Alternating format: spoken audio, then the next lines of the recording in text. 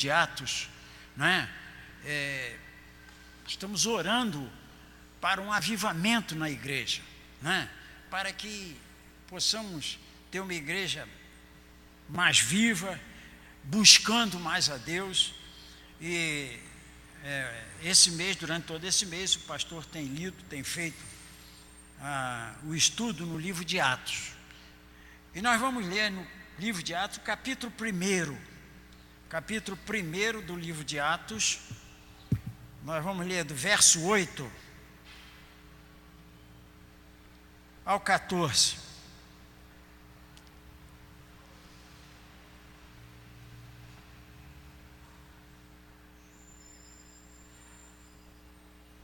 Oito a 14. Leiamos. Mas recebereis poder, pode repetir comigo. Mas recebereis poder ao descer sobre vós o Espírito Santo, e sereis minhas testemunhas, tanto em Jerusalém, como em toda a Judéia e Samaria, e até os confins da terra. Ditas estas palavras, foi Jesus elevado às alturas à vista deles, e uma nuvem o encobriu dos seus olhos. E estando eles com os olhos fitos no céu, enquanto Jesus subia, eis que 2 varões vestidos de branco se puseram ao lado deles e lhes perguntaram: varões galileus, por que estáis olhando para as alturas?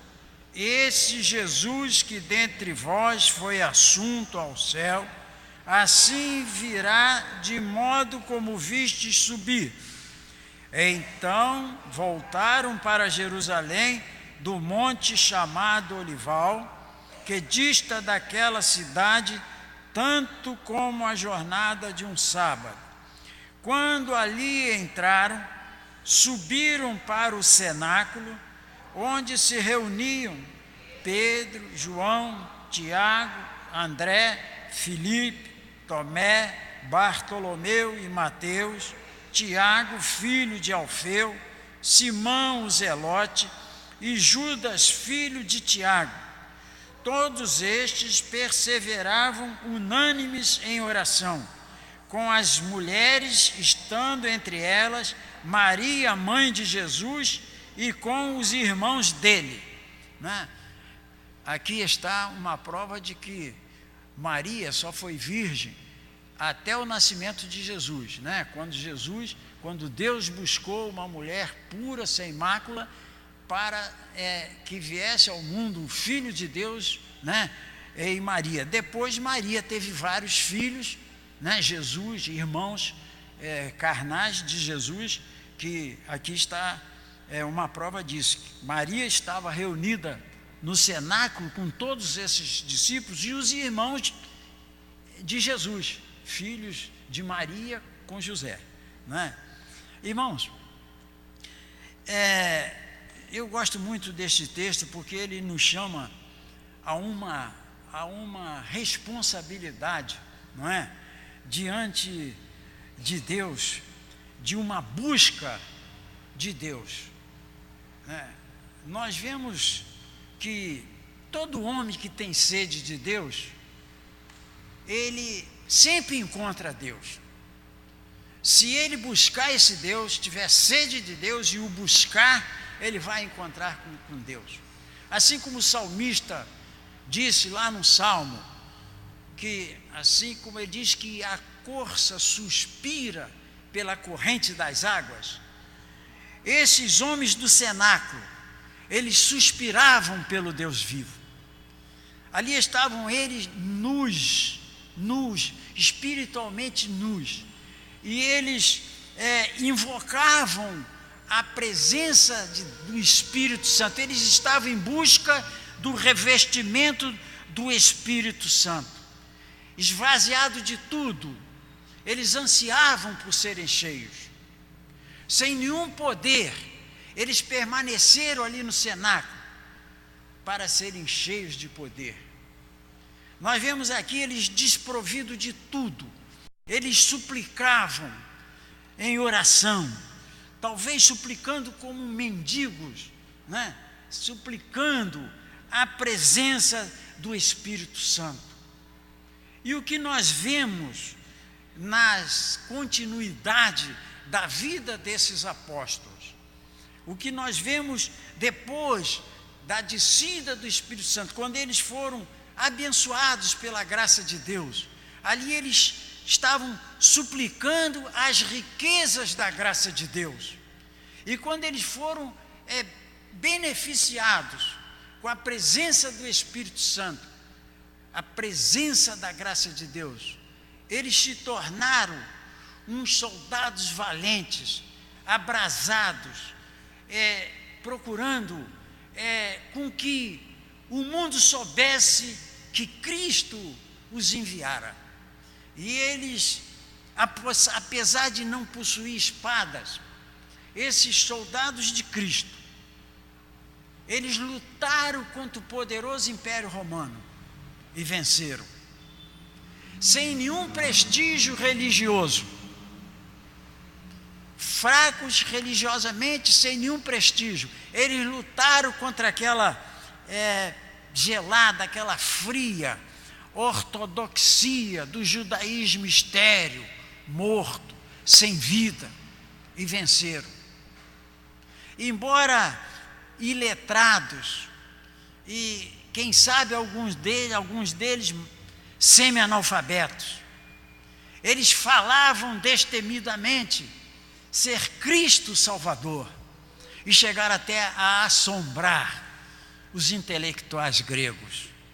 Eu fico pensando, que gente maravilhosa foram esses discípulos do cenáculo. Eles, após ter visto Jesus subindo aos céus numa nuvem, eles voltaram para Jerusalém com grande gozo. Reuniram-se no cenáculo. Estavam ali cumprindo uma obediência à ordem de Jesus. Eles foram para o cenáculo e ali ficaram em obediência à palavra de Jesus, aguardando a promessa do Pai. E durante esse tempo em que eles tinham a certeza da promessa do Pai, durante esse tempo, eles estavam ali em unidade de oração, em comunhão uns com os outros. Que coisa extraordinária! Estavam ali buscando o poder, buscando a unção, buscando a presença de Deus em seus corações. Era a igreja em oração, uma igreja unida diante do altar do Senhor e em oração. Irmãos, quando Jesus orava lá no Rio Jordão, o Espírito Santo veio sobre Jesus. Agora, quando os discípulos oravam ali no cenáculo, o Espírito Santo desceu sobre ele também, todos eles. Coloquemos isso em nossa mente. O Espírito Santo vem sobre gente que ora, mas que tem o coração quebrantado, que procura um conserto com Deus de sua vida, que procura estar diante de Deus numa vida consertada, em busca da presença do Espírito Santo em sua vida, para ter o benefício das coisas de Deus. E assim estavam aqueles discípulos. Era uma igreja interessada pelos perdidos. Ali no cenáculo, cada passo que deram foi em cumprimento a uma ordem divina. Cada passo que deram foi sabendo de que ao sair dali, eles tinham que anunciar Jesus o Salvador, custasse o que custasse a vida deles, mesmo que diante do inimigo ou diante da morte. Eles sabiam, porque eles tinham a fé naqueles que eles viram subir numa nuvem e que dissera: voltarei para buscar vocês, vou preparar-vos lugar, e quando eu vier, o levarei para junto de mim. Então não importava a luta que eles iam ter nesta vida. O que importava é que eles tinham uma obrigação de anunciar a presença de Deus, anunciar a salvação na pessoa de Jesus Cristo.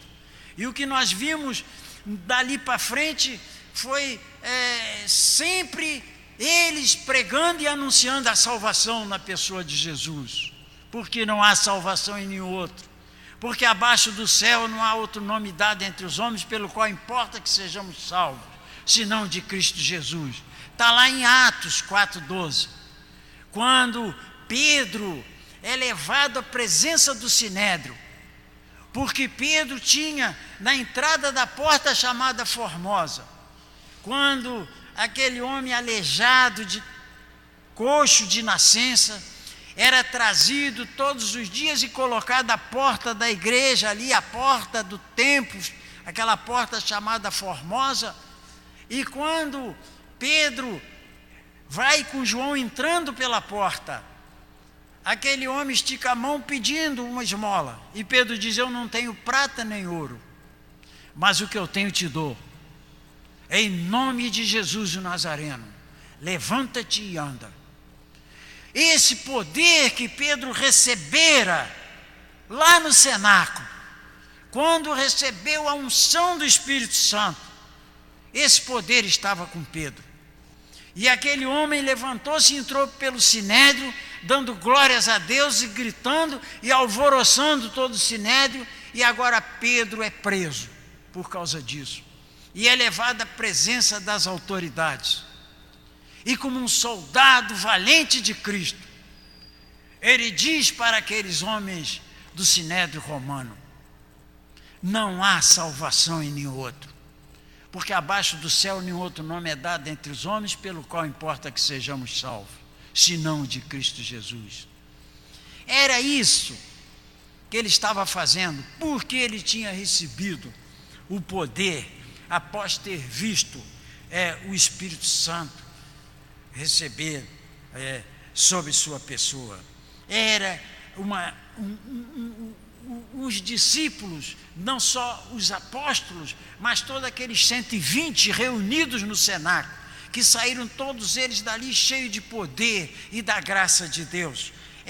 Viviam em oração, sempre interessado pelos perdidos. Era uma igreja quebrantada, era uma igreja que vivia ali, e quando eles estavam antes da presença do Espírito Santo, quando eles viram Jesus subindo aos céus, que confirmava ser o Filho de Deus, aquele que já tinha mostrado a eles, após a sua ressurreição, o poder de ser ressuscitado, porque era Filho de Deus, agora confirma na subida aos céus numa nuvem. E após eles verem essa bênção na sua vida, Jesus subindo aos céus na presença deles, confirmando que era o Deus homem que veio à terra. Agora eles estavam ali antes do Espírito Santo, e a vitória só veio do Espírito Santo, porque eles estavam ali atormentados por sua infidelidade espiritual. Eles foram infiéis muitas vezes diante de Jesus. Alguns mentiram a respeito dele. Todos o haviam abandonado quando Jesus estava lá no sinédrio para ser condenado. Nenhum deles apareceu para ajudar Jesus. O que estava mais perto estava no saguão, do lado de fora. E quando alguém passou por ele, disse assim: esse estava com ele, esse vivia com ele, andava com ele. E ele disse: eu não conheço esse homem. Foi o apóstolo Pedro. Esse Pedro, que cheio de poder agora salva aquele aleijado ali na Porta Formosa. Esse Pedro, que quando estava preso, acorrentado, preso, em que as mulheres oravam pela liberdade de Pedro, não é? Um anjo vai lá dentro do presídio e tira Pedro lá de dentro do presídio. E Pedro não acreditava que era o anjo falando com Pedro: veste-se e vamos sair daqui. E ele disse: eu não posso sair, como é que eu vou passar pelo primeiro portão com sentinela, pelo segundo portão e pelo terceiro portão? Eu não tenho como sair daqui. E o anjo leva ele e ele passa pelos 3 portões. E quando Pedro vai lá na casa onde estavam reunidas Maria e as outras, e Pedro bate na porta, e vem a empregada da casa e olha no postigo e vê Pedro, e ela volta lá dentro, todos em oração, pedindo a liberdade de Pedro. E eles dizem: não é possível, Pedro está preso, não pode ser ele, tá? E a empregada volta novamente para confirmar e vê que é Pedro batendo, e vai lá, o mestre está aí. Que coisa empolgante, não é? Coisa maravilhosa. E Pedro e aquelas mulheres vêm e abrem a porta, e Pedro entra no meio delas, né? Que coisa extraordinária. Pedro poderoso agora, Pedro cheio de força e de poder. Mas como esses homens antes falharam com Jesus, como duvidaram, como Tomé: eu só acredito se eu colocar meu dedo na mão dele. Quando disseram: Jesus ressuscitou, e ele diz: eu só acredito se eu colocar meu dedo nas feridas, na cicatriz da mão dele, no peito onde a lança entrou. E quando eles estão reunidos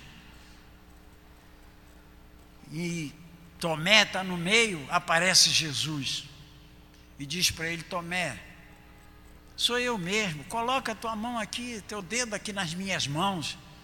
E Tomé cai de joelho aos pés de Jesus: Senhor meu e Deus meu. Estavam aqueles homens ali no cenáculo, antes da descida do Espírito Santo, atormentados por essa infidelidade com Jesus, por terem mentido, por terem duvidado deles. Estavam ali quebrantados. E a gente fica pensando: será que os anjos do céu já estiveram mais atarefados do que naqueles dias no cenáculo, recolhendo lágrimas amargas, tristes? Aqueles homens estavam rasgando os seus corações e não as suas vestes. Era uma igreja que confessava. Ali no cenáculo, ninguém abria a boca para acusar o outro. Todos estavam de acordo. Ninguém abria a boca para críticas. Estavam unidos em oração. Ninguém acusava um ao outro. Era o exemplo de um povo de Deus que se chamava pelo seu nome. Por isso eles foram vitoriosos. Era um exemplo de povo de Deus, recebendo o poder de Deus ali naquele cenáculo, porque estavam unidos em oração. Deus tem o desejo de que a sua igreja seja uma igreja sempre unida, sempre fortalecida na união e no amor fraternal. Deus não fica contente quando Ele vê a desunião dentro da igreja. Dói no coração de Deus. A união é o caminho da vitória. Há um ditado popular que diz que o povo unido jamais será vencido. A vitória da igreja está sempre na união, no amor fraterno, na comunhão. E era assim que viviam os discípulos.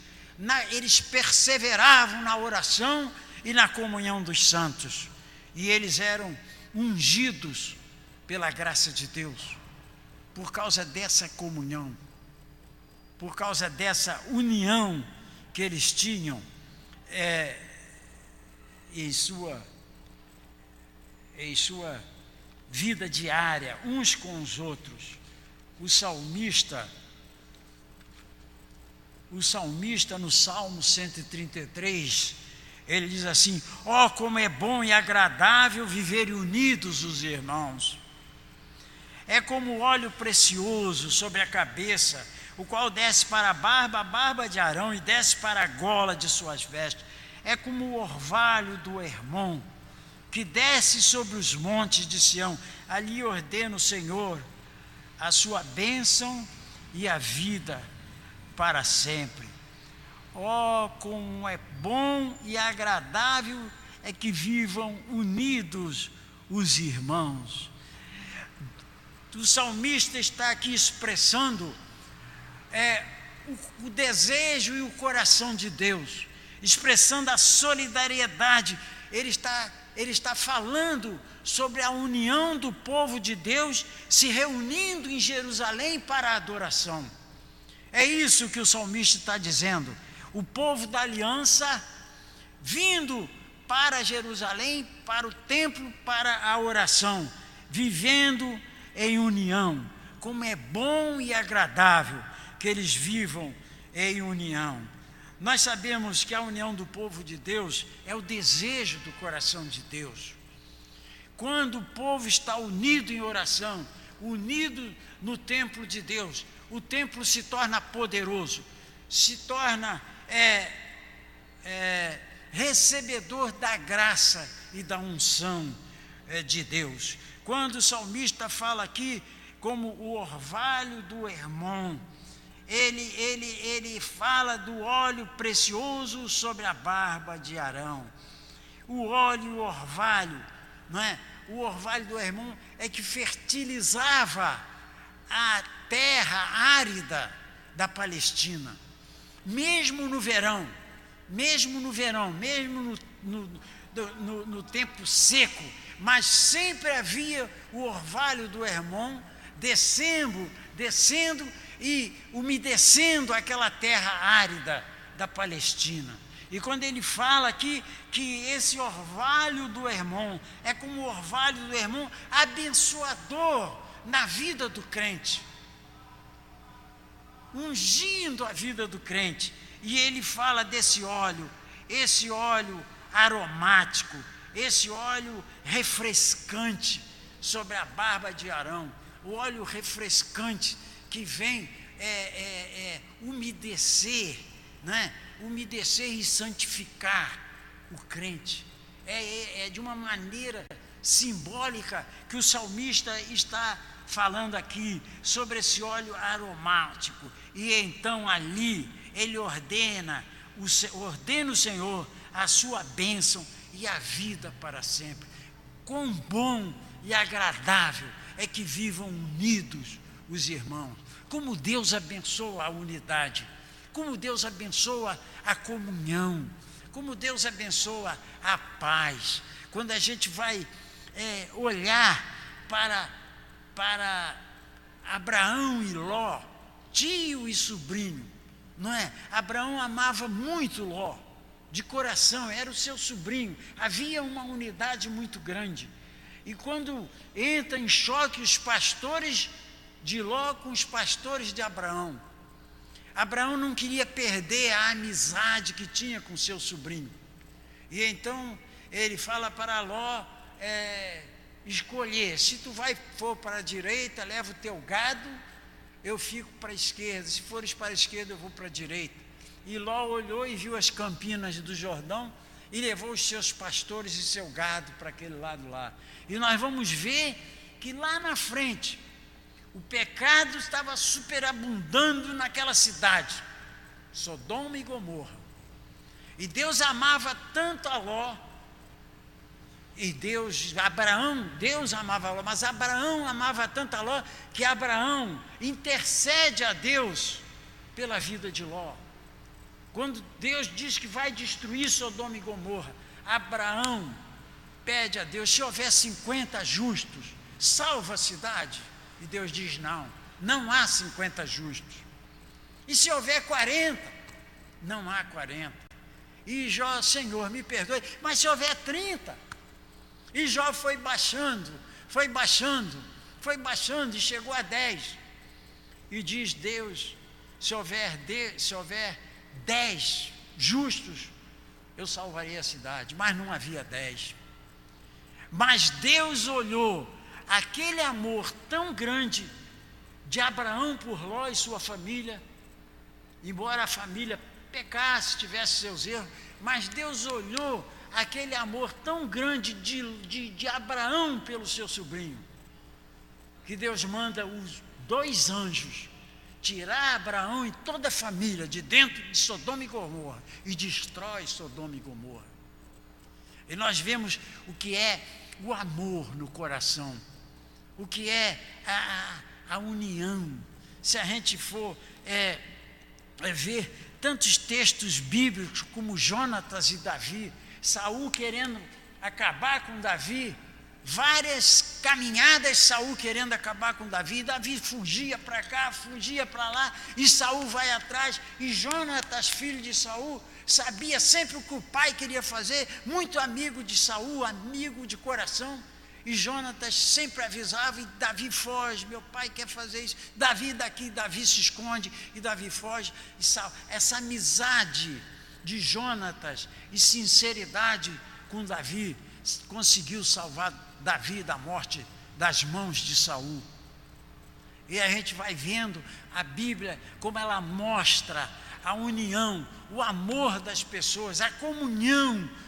E se a gente for falar aqui, a gente vai, entrando pela Bíblia dentro, e a gente, para encerrar, eu me lembro de Ruth e Noemi, não é? Quando Noemi sai da terra porque havia fome, com seu marido, seus 2 filhos, e a fome estava dominando a terra, e foge para outra terra, onde havia pão, e morre seu marido, depois morre, e seus 2 filhos casaram com 2 mulheres moabitas, que não eram mulheres judias, e os seus 2 filhos morrem, e ela fica só com as 2 noras, e ela diz aí já havia pão na cidade dela, ela diz: eu vou voltar para a minha cidade, viúva, e vocês ficam com suas mães, volta para a casa da mãe de vocês. E elas: não, nós vamos contigo. E ela diz: não vai comigo, fica com sua mãe, já estou velha, não tenho mais filhos para vocês. E Ruth diz para ela: onde quer que fores, eu irei. Onde quer que andares, eu andarei. Onde quer que fores, onde quer que morreres, morrerei eu. E ali serei sepultada. O teu povo é o meu povo. O teu Deus é o meu Deus. Olha que amor. Olha que comunhão. Olha que união. E Deus olhou para Ruth e viu aquela sinceridade daquela nora com aquela sogra. Viu aquele amor tão grande, que Deus abençoou tanto Ruth, que ela casou com um dos homens mais ricos da terra, chamado Boaz. Como Deus gosta da comunhão, do amor, da união, como Deus abençoa. E assim tem que ser a igreja de Deus.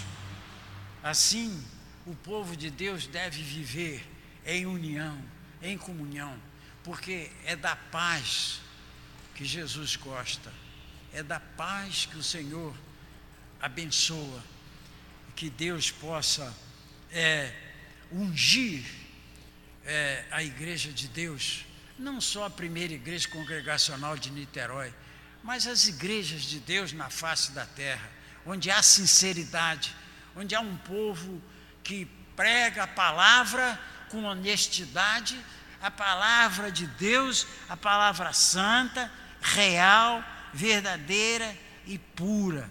Que Deus possa abençoar essa verdadeira igreja de Deus. Irmãos, vamos recolher os pedidos, tem coisa, vamos ver.